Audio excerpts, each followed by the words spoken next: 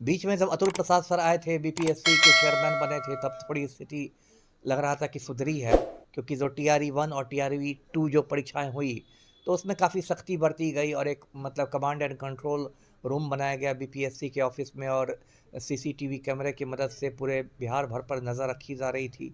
तो कुछ उम्मीद बंधी थी कि बीपीएससी में चलो सुधार हो रहा है। लेकिन कल का जो मामला, मैं दर्शकों को बताऊं ये कल का मामला क्या है।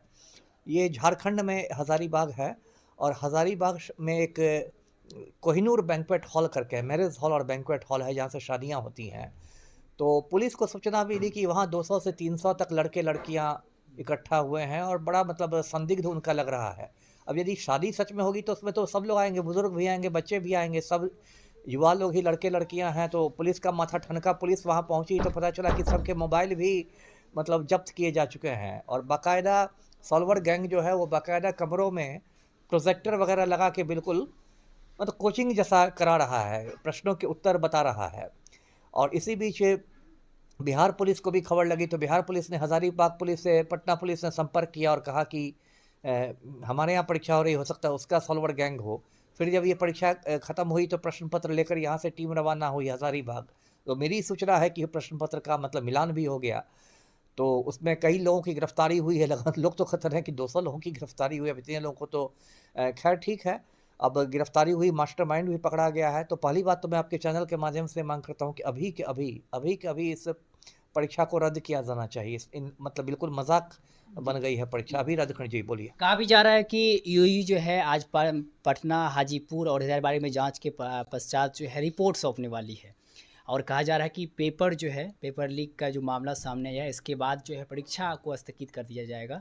लेकिन ये परीक्षा रद्द तो हो जाएगा, लेकिन उन बच्चे का क्या होगा जो बच्चे दूर दराज से आए हैं, अलग अलग स्टेट से आए हुए हैं, और जो जिनका अच्छा एग्जाम गया है, वो जब जांच किए तो उनको लग रहा है कि इस बार क्वालिफाई कर जाएंगे, तो उसके भविष्य के साथ कहीं न कहीं ये खिलवाड़ हुआ। कौन दोषी होंगे? क्या सज़ा मिल अब सकती है? दोषी कौन है? पलटू राम दोषी हैं, और कौन दोषी हैं? यदि बिहार में शैक्षणिक अराजकता फैलेगी, तो मैं इसके लिए अमेरिका के राष्ट्रपति को तो दोषी नहीं मानूंगा, जी। मुख्यमंत्री ही इसके लिए दोषी हैं।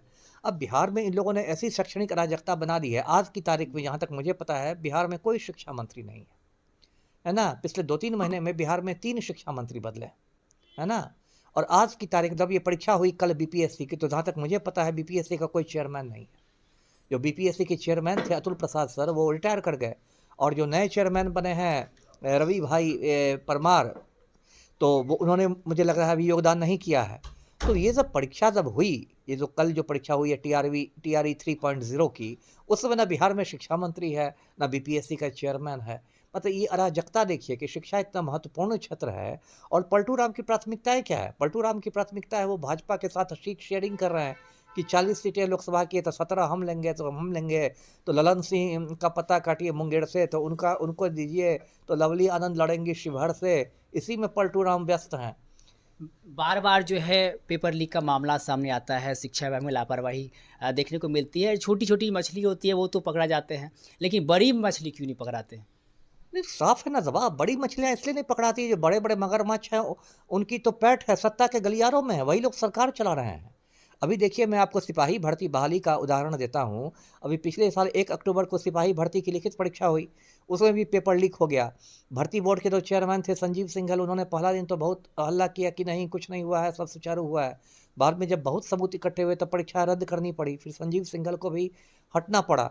सिपाही भर्ती को लेकर देखिए पूरे बिहार में 74 प्राथमिकियां दर्ज की गई है, 74 एफआईआर हुए हैं, और ईओयू की जो एसआईटी है उसमें 22 लोग हैं, डीआईजी उसके हेड हैं, और 22 लोगों का एसआईटी है, इतना लंबा चौड़ा एसआईटी। लेकिन अब तक किसी भी आदमी को मतलब बड़े इसको गिरफ्तार किया गया है? अभी 3-4 दिन पहले सिंघल साहब के चैम्बर की तलाशी ली गई। तो 4 महीना से क्या हो रहा था?